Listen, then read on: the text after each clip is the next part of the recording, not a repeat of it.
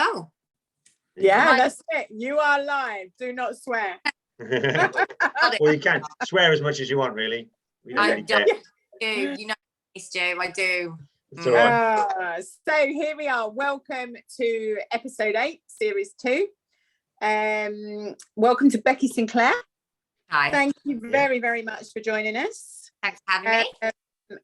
I am particularly interested in talking to you with regards to running contacts. Okay.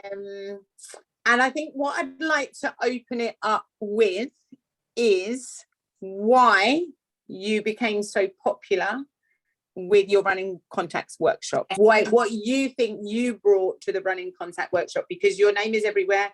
Everybody loves the methods that you teach and the success that you have with that. Yes. How did you find yourself on that journey? It is a mystery to me. Who knows? I think I was just very fortunate. I've been very, very fortunate in my dogs, and the fact that I think it's more my inability to listen to other people, and I'm just so curious. I'm so curious in life. And I can remember with my first dog, everyone saying to me, running contacts is so hard. It's so hard. You know, one of the really, really top trainers in the country said to me, he said, I can't do it. So what makes you think you're going to be able to do it? That's enough to bring the red flag, really, isn't it? You know what? I don't even care what you think, because I'm so curious. Like, I really want to do this. I don't want my dog to stop. I felt like I didn't have an option. It was like, it's going to have to work. I'm going to have to find a way to make this work. So I just didn't give up. And then I was very lucky that he was a really good dog, and he kind of got messed around a bit initially because we didn't really know, there was no method. So it was kind of try lots of different things. And then I was very fortunate that I found Katerina, whose surname I pronounce, Yeah. I'm not saying it out loud. And she really guided me, and she gave me so much help. And she was such an inspiration. And from there, I kind of, a few other people, Anne Lenz, Susan Coldenhoff, just really looked around and tried to learn as much as I could, because there was no one really in this country that could. And then it just sort of went from there. And I feel like I've just been very, very fortunate in my journey. That it's something that I love so much, that I find it so, I don't find it easy, but I love it so much. I think lots of people say that you can only train running contacts if you have access to equipment every day and you're training every day. That kind of brings up a bit of concern for me in running contacts being trained every day, all day, every day, because, I know dogs that have ankle injuries and things like that, because you've still got that impact. And if they're repetitive strength, you're going to get that. There's no safe options in agility, are there? Everything's repetitive. Everything's going to be dangerous and cause an injury. And I think if you're going to do agility, you have to be aware that at some point your dog is going to pick up an injury. Started was Dog Agility Injuries UK, because I think it's so vital that people don't feel, oh my God, I've broken my dog, I must hide this. Your dog's gonna get injured. Find the right person that can help you, and it will repair, hopefully. But there's a good chance your dog's picked up an injury, because they do, the same way we do. That's a really good attitude. That is a really, really good attitude, because you're right. And actually embracing the fact that we're going to get injured because it's a sport, and we do, with age, like just trying to defy injuries. I absolutely I am trying to defy injury. Yeah. And people feel like they've done something wrong. Oh my God, I better not tell anyone I've broken my dog. You haven't broken your dog. You're very unlikely that you've broken your dog. It's it was bad. It turned badly. There was some bad ground. Even at shows, we put our dogs at risk all the time. We expect the judges to make it safe. It's not always safe. And your dog could go in a tunnel and it's going to come out. It may not be as fit as it could be. There's so many factors that, and definitely with running contacts, my dogs definitely showed up some strains on their ankles, that kind of thing, because it is, there's the flexion of the joints. It's not, there's no option. So there is that. But do you feel that you can only train them if you have access to equipment? So say, for instance, one person paying one group lesson a week. It's going to be tough. I wouldn't But say I think that's the same with any contact or even weaves. You know, I say to people that come to my group workshop, my regular group lesson once a week, I'm not going to be able to train your dog to weave once a week. No.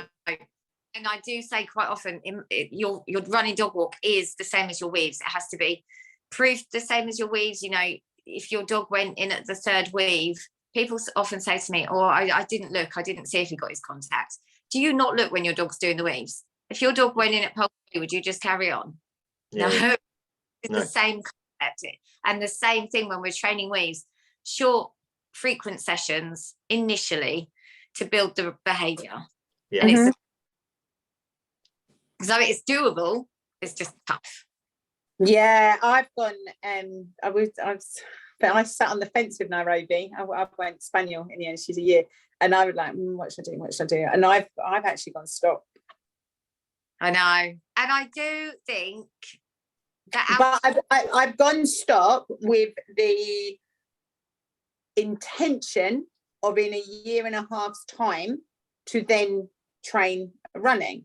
That in itself is controversial because there's going to be those people out there that say, you've got to do your running first, then you'll stop. I don't believe that at the moment she has the mentality or no, she's got the mentality. She's not careful with herself. She hasn't got any self-preservation. She has no self-preservation. I believe her core is getting stronger. I can't put anything else in there. And I believe that the right thing for her at the moment, and me being 52, I believe that the right thing at the moment is to train a stunning 2 on 2 off and so that it's quick. And then maybe if I don't get too old, then I might go running. Or if you decide you need a running to be competitive. But I actually don't think that our UK courses are designed the way in Europe, fast flowing courses, they are in the dog's line. The dog's going to know where it's going to go. Yes, running contacts you need. In the UK, you don't know what you're going to get. You could get a judge that's not competed for 20 years and ran a small dog. So the courses are going to be designed with that in mind. They are not going to be fast flowing, you know, the dog's line. Sometimes the dogs have no idea what the line is. Yeah. So a contact is actually going to win you as many shows and classes and get you up the grades as much as a running. There's just no, you know, there's just no. I must admit, I am happy with the decision that I took. I sat on the fence literally from the day she was born up until 2 weeks ago. She's a year, and I've done. You know, she can run through a map. Obviously, she knows that she's got 4 legs, but I'm like, I don't want to teach it because I don't know what to do, and I knew that I needed to be committed with what I was going to do. Yeah. If you're full on, like, yes, I want to do this, I'm going to do it, fine. But if you're umming and ahhing, and it's, you know, I say often to people, there's not enough time in the world. You know, we've got lives, we've got jobs, we've got families. If you don't have that time to invest in a running, just don't do it. It's not the be all and end all. It's very trendy. Everyone's on the bandwagon. We must all do running. We mustn't all do it. Need.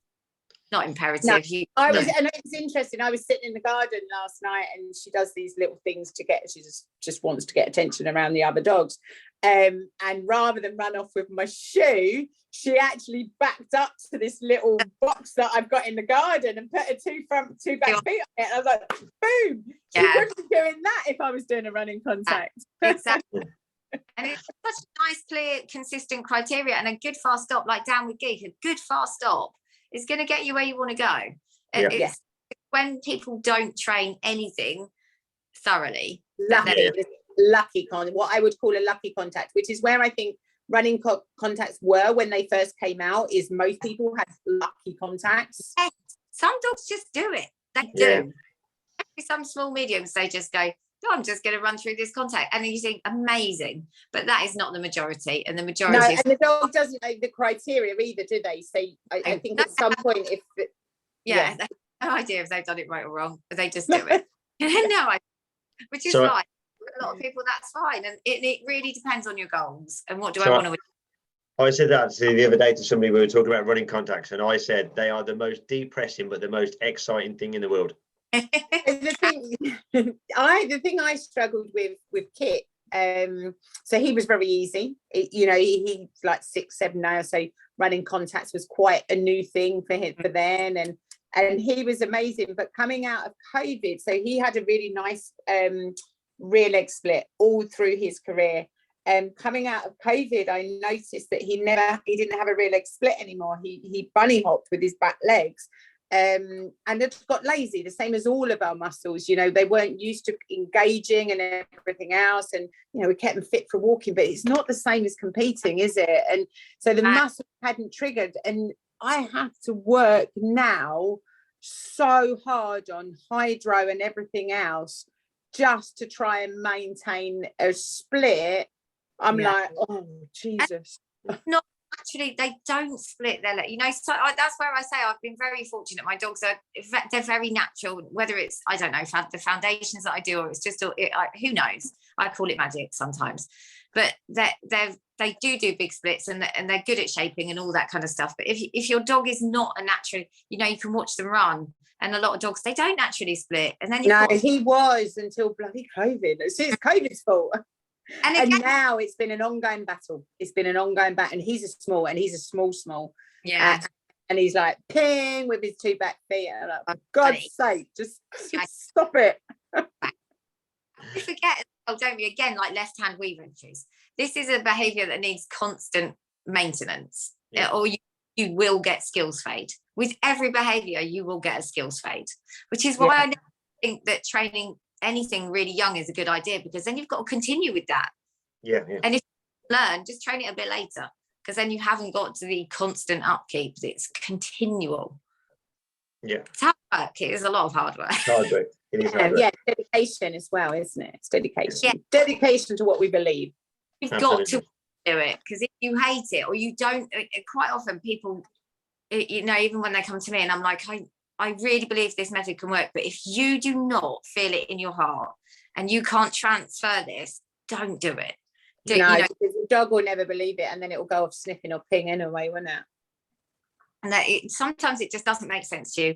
You can't figure out how this process is going to work, and then it all just becomes horrible and hard, and you feel like a failure, and it's very draining to feel do this.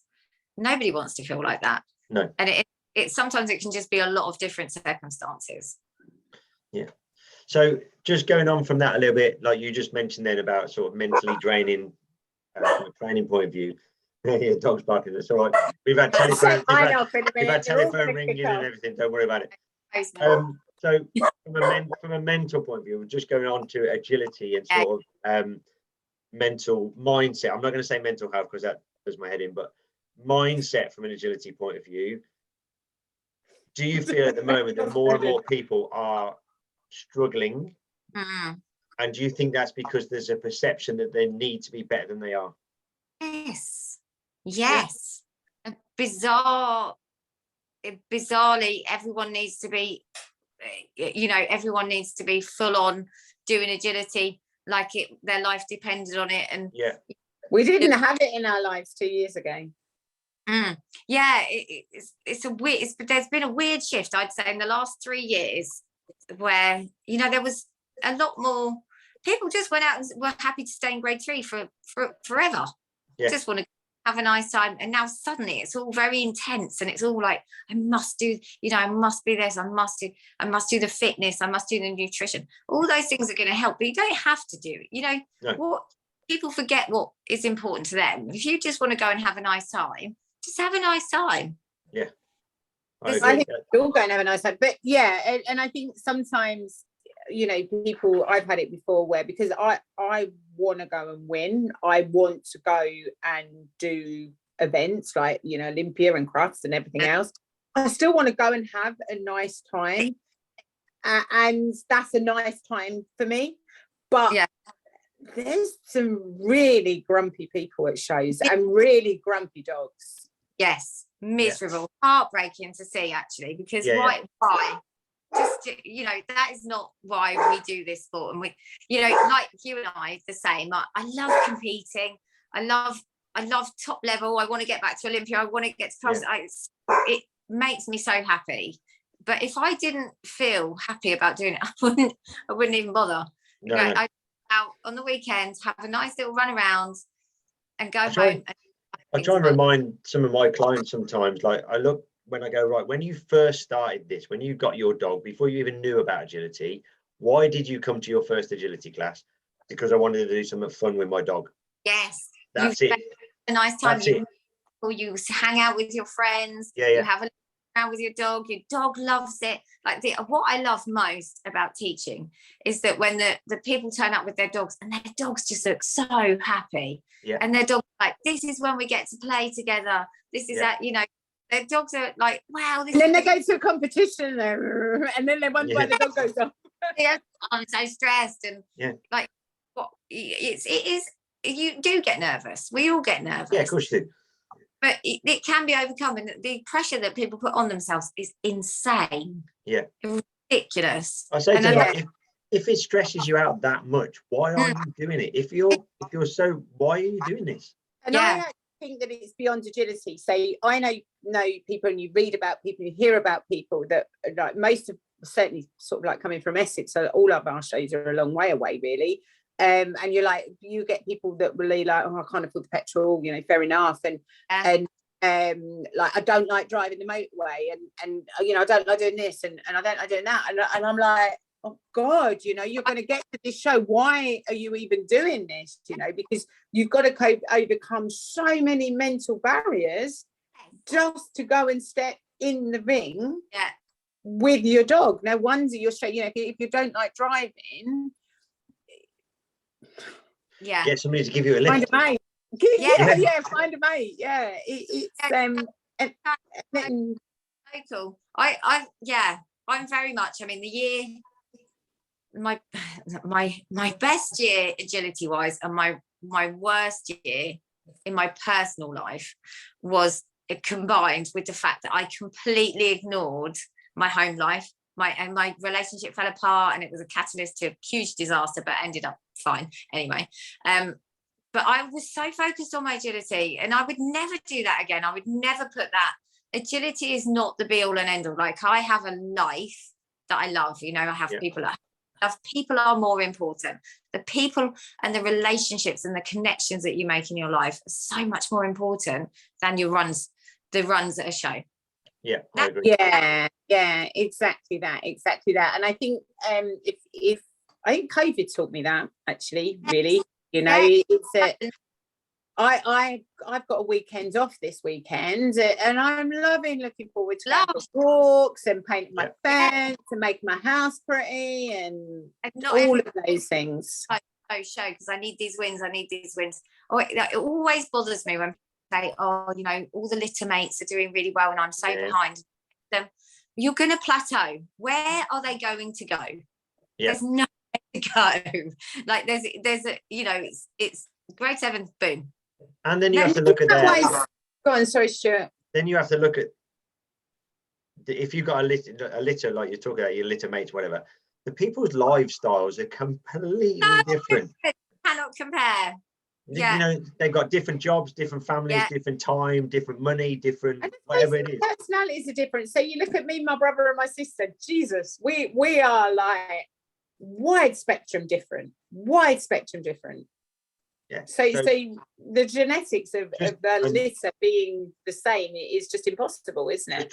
Just trying to enjoy the time that you have with the dog, which is even from a limited to such a short amount of time as well, which is annoying. And even from a training point of view, you know, if you're getting stressed, go to training. Don't go training. If you're in a bad mood, do not train your dog. I always say that. I spoke to somebody the other day about that. I said, years and years ago, I drove to a training session, the other side, another town, different. I drove there. I literally got to the car park, turned around and drove home. Yes, this is not going to be not going to work. Very, very disappointed in myself at the weekend. So Kit's, I had a tick removal that it was one of those things I was like, oh, you got a tick, bang, and he's never forgiven me. Like, this was about 3 or 4 weeks ago. He's like, like, so he's so sensitive that I can't touch him, and like massively, like it was your finger that hurt me, you know, it wasn't anything to the tip removal. So following on from that, it had a couple of bad weekends, and you know, when you start to question yourself, like, is there something going on? And I do think that he had a bit of an injury, and I saw Emmy, and you know, she's given him a massage and everything, but there was an incident at Axstane in Champ Agility, and he did something, and I sent him to a tunnel. I was putting away, and he came with me. Something that we wouldn't expect our champ dogs to do, would we? And I went, will you get in that fucking tunnel? Right. So I don't know whether it's me that everyone's talking about. Which, yeah, and I came out, I went home. I went home because mood. Yes, I am going home. And I've had, like, you know, like, I had a very stressful house move and everything like that, and I was like, my dog does not deserve that. No. You know, people don't deserve that. And I came home. On my way home, I stopped at home base. I bought myself 2 tins of massive fence paint, checked the dog over, make sure he was all right, put my headphones on, and spent 4 hours painting the fence, because I didn't want to be around him with my mood, because he didn't ask for that. You know, I was so frustrated, and it was so wrong. It's so important to look at yourself and think, and I don't know why people we're all so convinced that we have to be perfect. You know, I'm always happy, positive. No, I'm not. Sometimes I'm really miserable. Sometimes I was really miserable and frustrated. And you know, if anyone heard it, then I'm really sorry. But you know, but I took it on board, and I went home. I didn't want to be around myself, let alone put myself on other people. And it's really important to do that, isn't it? And to realise that that's okay. I'm a human. It's okay. But it's not okay to take it out on everyone else, because I also know that if I'd have met the wrong person and they'd said the wrong thing to me within that hour, they would have got it. And that's not fair. That's not fair. Just because I don't even know why I was irritated. And I wasn't irritated because he didn't go in the tunnel. It was just frustration after frustration. And bless him, he's had a week off, and you know, and I've actually stopped prodding, and now he's forgiven me. And I think that was half the problem. And I'm getting so like, for God's sake, just let me touch you. Like, no. So was that why you set up the mental prep group? Sorry, Stuart. That's right. Just what I was going to ask. Hey. What was that? Sorry. So is that why you set up the agility mental prep Facebook page? You know what, I was thinking about this. Why did I start this? And the biggest catalyst for me was probably one of the most embarrassing situations of my life. And you were there, Stu. Remember me running to get my dog at tryouts. I'd missed my run because I had no idea, because nobody told me. Like, no one's going to tell you. It was all very secret back in the day. It was just the people in the know, the elite. Like all the special, they keep it all secret, all the best, you know. Who is the elite? Oh God, who knows? Anyway, them. And they kept it all secret, and they wouldn't pass it on. And I thought, right, no one's going to help me. No one told me what to expect. No one prepared me in any. I didn't know who to ask. I just thought, you know what? Again, my curiosity. I'm going to go because I'm really curious. I want to see. I want to get involved either. I want to know what it's like, and it's also secret. So I went along, and I had no idea how to walk the courses. You know, my dog wasn't prepared. I was underprepared. It was all. I was a bit starstruck. You know, I was loving it, but completely out of my depth. And had no idea how the running order worked. So I'd put my dog in the van, so I'll just go for a wee, wandered around. They were calling my name. And I ran as fast as I could to get my dog. And I missed my run. And it was so embarrassing, but also hilarious.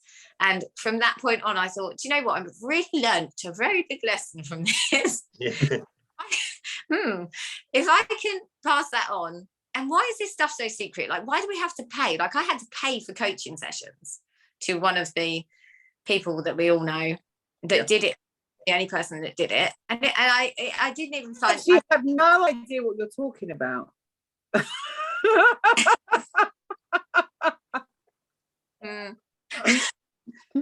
I could understand why this was also secret. And why you have to pay to find out why is this not just common knowledge? Because it's not fair to keep. I've always felt if I can learn something, I want to share. Yeah. If I found something out, I'm going to share it. Yeah. So from then on, I thought, right, mental prep, really important. If I can start a group where people can go, oh, do you know what? I don't understand when I go to a show, a warm up or anything, just ask. And someone will, because it's not secret. It's just that it's not common knowledge. So I just wanted it to be common knowledge. And if more people can get involved and can share their experiences, then we can all learn. And that's all you can. And then that's all. That's a good piece of social media, isn't it? So Stuart and I have done a recording on the bad use of social media. So that's a really good use of social media, isn't it? And I think you admin that group very, very well. And I've never seen anything really bad in there. No. Supportive, and I share a lot of my personal experiences because I think it's stuff seems to happen to me, and I think, God, does this stuff happen to other people? But I'm never afraid to show my weaknesses. I'm never it doesn't bother me. And I think that's a good thing. I'm exactly the same. We are normal. We are not perfect. And it's kind of the path to enlightenment. I feel the more you can share, education, isn't it? Yeah, you discover more and you learn so much about yourself. And that the biggest, most embarrassing situation of my life has actually turned out to be one of the best things that's ever happened to me, and I'm glad it happened. And I find it really funny, and it's disaster, and I am a bit of a disaster in my life, but that doesn't mean I'm going to give up, and I'm going to keep trying, and I'm going to be curious, and I'm going to be persistent, and I think that's the key. You just can't take these things. Accepting who you are, isn't it? Yeah, and people go so easily. A comment can put you off, and you just think, okay, that person doesn't like me, or they think that, fine. That's up to you. It's fine. And then I also look at it like that sometimes, especially from a business point of view, because obviously we're all sort of dog trainers. We're all trying to get, and we try not to upset too many people, because then we think, if we upset our people, we're going to lose clients and this, that, and the other. But then you sort of step back and go, you know what? I've been doing it for however many years. I've got this many clients, and they come back to me every week, every day, whatever. They're there. So I can't be doing that many things wrong. No, and we said this earlier, wasn't it? People are very, and I guess we're all doing it. If there's something wrong, we're all very good at saying, oh, okay, that's not right, or oh, I didn't like this, or I didn't like that. But very often people don't give you that pat on the back. You don't get there's not very often you get praise for things in any way, shape, or form. No, I'm going to start that today. I have WhatsApp groups, my lesson. I'm going to start today and say that. What did you enjoy about your lesson today? So I have a rosette. I have sort of star of the month for mine. Not on my agility. Maybe I should do it. So I do my agility and my hoopers classes. I go through, and every month somebody gets a rosette at the end of the month. If they've just done something and it doesn't mean that they've won many classes or done just something that's gone on that month. You think, you know what? Put a little bit of extra in there. That's really cool. I think I might start. I might steal that. I might. Why do I not do that with my agility people? I do it with my pet dog classes. Yeah, it's really important, isn't it? Little goals, little things to achieve are big things. It's not about winning rosettes. It's the little things like the cross, or it's important. It's important to highlight it, because we're so good at. And I can remember, like, a nasty throwaway comment from. I can remember, like, literally picture the moment from 10 years ago, but I could not tell you all the nice things people have said. No, gone. It's mad, isn't it? That's being sensitive, isn't it? I don't like sensitive. So good at hanging on to anything bad, and going back to running contacts, I even say to people in the early days, still now, if I have a really bad session, I delete that and pretend it never happened. I don't want to know. It was just a one-off. I'm not going to worry. I'm not going to dwell on it. I'm going to delete it. It happens. Who cares? We have bad days. We have bad days, and and I think there's so many factors in dog training. So many factors. It's And I think we've spoken. You're not going to know why sometimes. Just take it. It just happens. Like, people say, why? I will never. I know. Try and instill this on my clients. I never troubleshoot in the middle of a session. Never. No point. Put the dog away. Put the dog away. Right. people say, why is he doing that? Why is he doing that? I don't know why I do things. I do random things sometimes. And who knows? Who knows? Let's just deal with what we've got. And I say that to a lot of my clients when we talk about it, and we say, I think a lot of people don't realize exactly how much that our emotions affect our dogs completely. And that's not necessarily your emotions in that training session. All those things that have happened in the morning, on the drive to the event, to the workshop, you know, all the different things that have happened to you, that little bit of road rage you had on the way there. Your dog's thinking, why are you angry? Yeah, the tick that you took out. Why are you angry? And they are, and I say this a lot, they are tied to us by the heartstrings. You know, some dogs don't give a shit about them, don't care about their owners, and you will see that they're just like, yeah, whatever. But many dogs are so 95% do, don't they? They know what thinking we've thought it. They predict, you know, they know, they're so clued in. And I think actually, because I was thinking, I'm seeing a lot more grumpy dogs are really struggling at shows, etc. And I know we're all trying to move on from COVID and everything, but those older dogs, so Kip 6 and everything, they spent so much time with us during such an emotional period that they got very good at reading us, didn't they? So they got, I know from a behaviour point of view, my work has changed. So pre-COVID, it was generally that people weren't spending enough time with their dogs, and the dogs were bored and frustrated. Well, now we get separation anxiety, I get a lot of pack problems, so I get a lot of aggression problems and that sort of thing.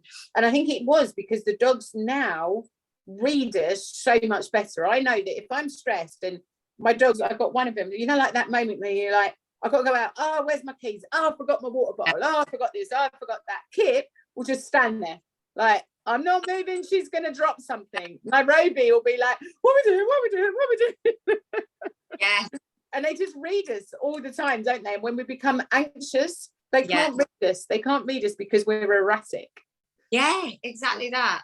And we can tell, and I'm furious. I'll be furious at my ex for something he's done, something, and I'm furious. And the dog's like, why is she angry with us? Oh, it's not you, it's not you. Sorry, I'm just, you know, when I went through my hardest period of life, I was really aware of how just before I split up with my ex, the amount of walks I had when arguing. We were on a dog walk, and my precious little hoodoo, he wouldn't even walk. He would not even walk because he was like, you're so stressed, you're so angry, why are you so angry? He was so upset. And then when that had all gone, you still beat yourself up for that. Do you realise that? Yeah. I was just listening to you like, yeah, you still beat yourself up for that. Yeah. And I don't know you. It's the first time we've ever spoken, and I do things like that as well, you know, and I'm just like, yeah, stop beating yourself up. But it's like, I do this weird thing about, I have conversation with my dog. Yeah. I'm actually good at talking to my dog about what I'm doing, why I'm, you know, why. You answering their voices as well? No. Oh, I do that all the time. But I would like, if we go back to training sessions, if we've had let's say a bad training session, what I class as it didn't quite go according to plan, things didn't happen the way it was. If I put him back into the van, whatever, I'll sit down and I'll say to him, like, don't worry about it, mate. We did this, we could have done that. I was happy with this bit, but this bit was going wrong. If you'd have done this for me and I'd have done that, it would have been fine. And then I leave it, shut the door and leave it. Yeah, do you? See, I remove because myself. Whether he believes me or whether he understands me or not, it's out. But it's got it out in the open. They're our partners, aren't they? That's really lovely to do it. Oh, you are soft. He's really soft. And this weekend, I ran a course this weekend, and we made an error in the middle of the course. And as soon as we came out, I apologised to him straight away. Sorry, mate, don't worry. Blah blah blah. I took him back to the van. Do you know what's really lovely is as you talk, you call, when you talk about your dog, you're like we. Yeah. We made an error in the middle of the course. Yeah. That's really lovely. Yeah. Well, we're in it together at the end of the day. Yeah. And they are your partners, aren't they? That is so lovely. Sometimes I make an error and I go, you could have helped me out there, mate, to be fair. Yeah. And I think as they go up the coast, I love it when, even as you're teaching like people and you like, that dog knows what that handler should have done, and like you'll get the terrier or the poodle that's going, and they're still arguing about it. You should have done this, you should have done that. It's brilliant when they, and I think, yes, that dog really understands what we're trying to do now. Yeah. Oh. Because they've got no clue that it's them that's doing it. Oh, why is he doing that? Well, because you didn't do it properly. Yeah, your fault. And then I go, no, so when the dog's gone wandering off, sniffing somewhere, and they're shouting, they go, "Oh, why has he gone off? Why is it?" Well, I wouldn't come back to you now. Yeah, miserable git. We will put, when you share this group, when you share this recording, we'll put a link to the Agility Mental Prep group. Yeah, definitely. And do you have a running contacts page, Becky, that we can tag us? Contact support. I think it's UK. Yeah, I think it is Running Contact Support UK. Yeah. Apple. Yeah. We'll share both of those for you. Yeah. What we like from your point, well, I like from Becky's point of view is how supportive you are, regardless of what's going on. So, like, we've obviously trained a little bits and pieces together, and from my point of view, to Becky, she was always supportive, even from a message point of view. There was always a bit of help, even when we weren't training together as it was. There was always a bit of help there, and I just feel sometimes that we don't get that enough from a lot of people. It's almost like a throwaway. You go and have your lesson, you pay your 40-50 quid or whatever it is for your lesson, and then you don't speak to them again for the rest of the week. I have had trainers like it's hard, and that's a balance. It's hard to find a balance, because what you don't want, if you've got 100 clients, what you don't want is 100 clients messaging you every day or whatever. But just having that, being approachable and just being a little bit more supportive. Yeah, I have WhatsApp groups for my lessons. I did have to get a little bit during the move, and I think it was a good thing. I got a bit antsy with my hours, but that was because I found myself answering messages at like 11-12 o'clock, which is not healthy. But yeah, I have a WhatsApp support group for each lesson, but then we also have like a WhatsApp competition group where people just share what competitions they're at, successes, and I think sometimes that can be a little bit negative, because people don't. I make a point of, like, when I went to terms, I've had 6 eliminations this week, because people tend to share successes and don't share. So then if you're having a bad time, you're like, I don't want to go on that group because everyone's having a good time. So yeah, but you can't babysit everyone's shirt. Is that right? Babysit everybody. They've got to pull themselves up at some point. Right. Good. I think if you're happy, that was really good, Becky. Thank you very much. Yeah, for that. Really appreciate it. It's been a pleasure. Really appreciate it. And we'll soon. This will go out soon, and we'll put a link on for everybody to get to your pages and stuff. Thank you. Fantastic. Thank you. It was really, really cool. Thank you very much. Thanks for having me. Bye. All right. See you soon.